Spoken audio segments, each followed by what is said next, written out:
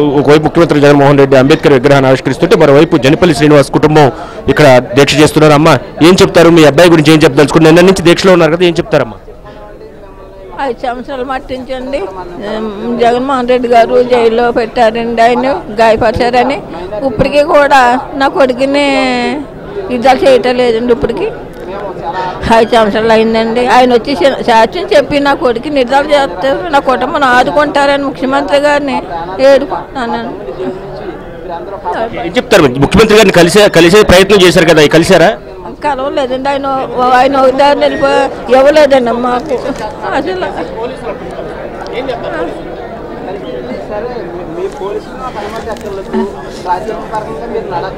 మీరేం కోరుతారమ్మా ఫైనల్ గా? నా కొడుకు నిర్ధారణ చేయమన్నా, నా కొడుకుని నిర్ధారణ చేసి మా కుటుంబం ఆదుకోమని ముఖ్యమంత్రి గారిని అడుగుతున్నాను. మీ అబ్బాయి గురించి ఏం చెప్పదలుచుకున్నారు ఫైనల్?